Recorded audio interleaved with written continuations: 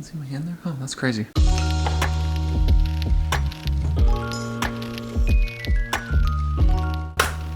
Hello, my name is Venisbird, and today I'm going to be discussing this instrument. This is the Conn 62HI bass trombone. It is my go-to horn, my favorite horn, and the most expensive instrument that I currently own. It is the exact same as Conn 62H model, except instead of having a dependent valve system, it has an independent valve system, which we'll touch more bass on in a minute. Right now I have a Vincent Bach 1.5G mouthpiece in this bass trombone. That is the mouthpiece that came with this horn. The only thing that's on this bass trombone currently that is not how it is out of the box is this grip. This grip is from Calder Pips Music. They are I think they're based in the UK. Someone can fact check me on that if I'm wrong. But I have some hand and wrist issues, and this grip really helps with that, so I have that on here. The 62 in Conn 62H or 62HI is in reference to the bore. This instrument is a dual bore horn. I believe the 62H is as well. The mouthpiece bore end is 0.526 inches. The slide bore end is 0.592 inches.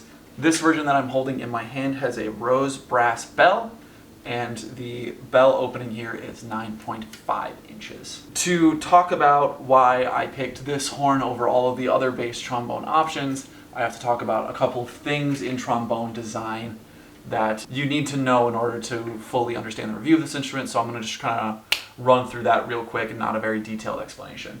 First thing is the independent valve block. A dependent valve block, these two valves would be kind of like this, and the airflow would go into this valve and then bypass this valve and go straight into the bell, so I can only use the second valve if the first valve is engaged. This horn, obviously, the air goes into one and then right into the other, so I can use them independently of the other. Independent valves and dependent valves both have their pros and cons. It's really up to personal preference. Dependent valve blocks are a lot easier to learn because they just use the standard F trombone attachment that most symphonic tenors or other tenor trombones have. So you have just a tenor trombone, and then when you need to hit those lower notes, you have a second valve to do so. I prefer the independent valve block because, as mentioned, I can use them independently, and that offers me a lot of alternate positions on this horn. To demonstrate that, I'm going to now play a D flat. Having basically 4 positions for any note in the staff means that I have a lot of options for making slight tuning adjustments.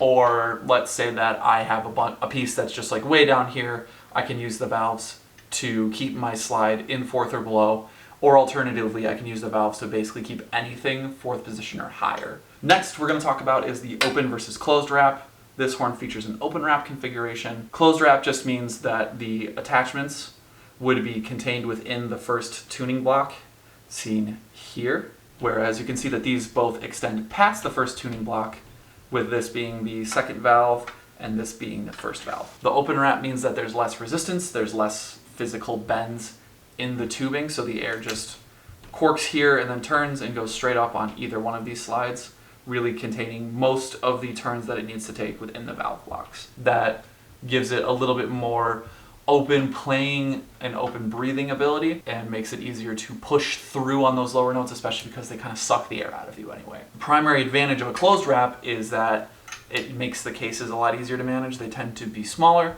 and your horn tends to fit in there without needing to move the tuning slides. The case for this instrument is bigger, which makes it pretty unwieldy in a lot of situations that I need to use the case, but it also means that I don't need to move the tuning slides when I put this horn back in its case like you see on some open wrap bass trombones. I think that's all the information you really need to know why I picked this instrument. So now we're going to get into the review proper and really discuss what I like about this instrument, what I don't, what are some pros, what are some cons. So the first couple things I want to discuss is this is the case for this horn. As you can see, the horn is not in the case right now, but the case is big enough so that all of the tuning slides can be at their full length and this horn will still fit in the case. That means that the biggest downside to an open wrap configuration is overcome at the cost of the case being a bit bigger and harder to fit in certain places. Like I said, having an open wrap configuration, this horn breathes and speaks so well. I feel like I can just sing with it. I'm not fighting this horn at all to make beautiful notes come out in tune. This horn really helps me a lot as a player, and especially compared to my high school bass trombone, it's just really nice breathes and speaks really well. The triggers on this are, the first trigger is F, the second trigger is in G flat, which you may have figured out based on my demonstration from earlier, and when both triggers are depressed, it's in the key of D.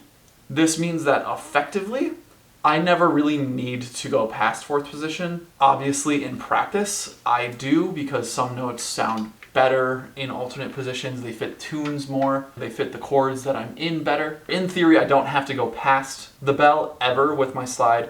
In practice, I really do. To demonstrate how I can use the different slide positions with the different trigger combinations to really just be as lazy as possible with this horn, I'm going to play a D flat scale, two different ways, one using triggers, one without.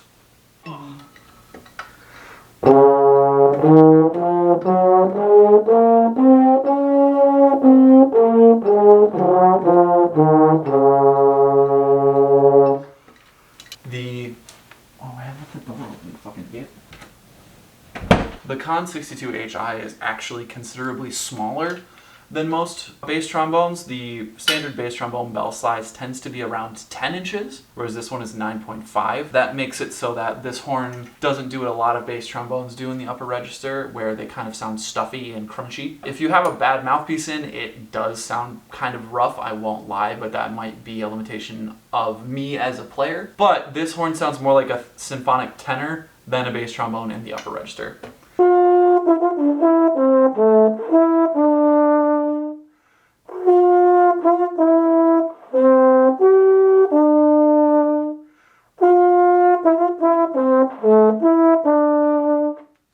Now for some cons about this horn.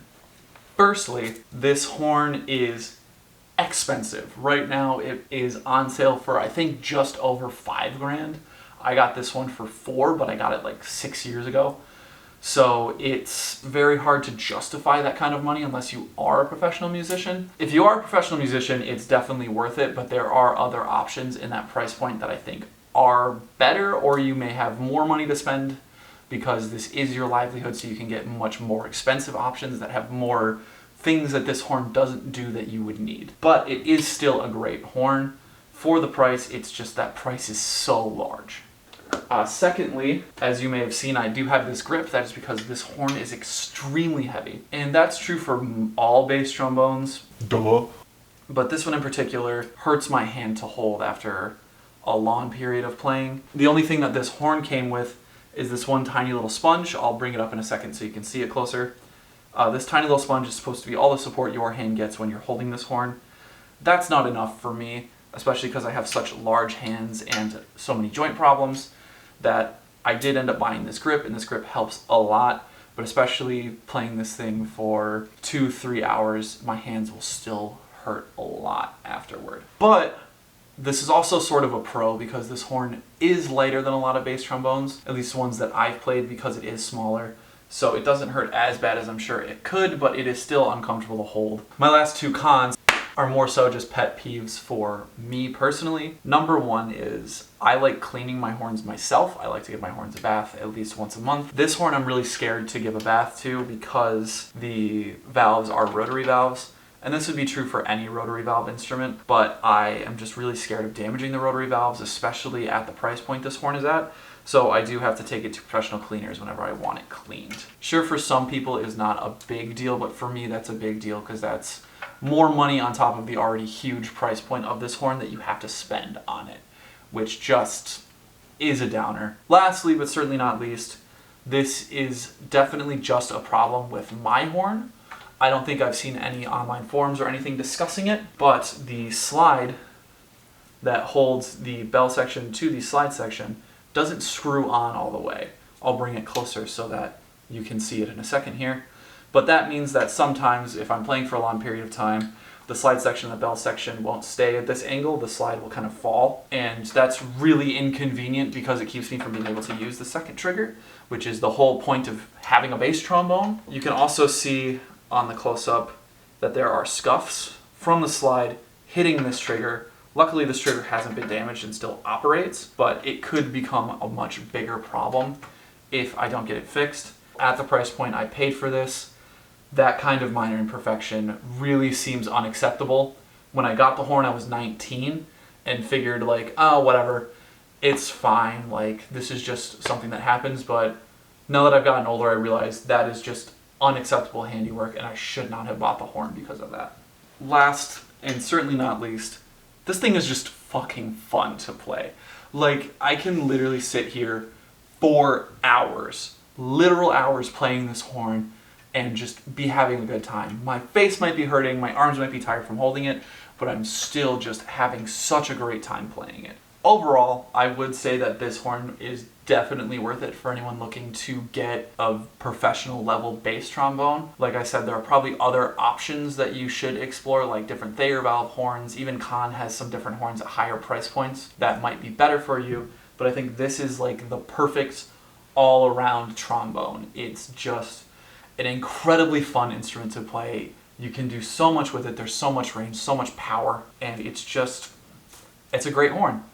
So to end off this video, I'm just gonna play a couple of excerpts that I know on this horn just to show you how it sounds. Thank you for watching, and I hope that this review was helpful for you in the future and things that you can look for in a horn, and I hope that you all have a great day. Thank you so much for watching.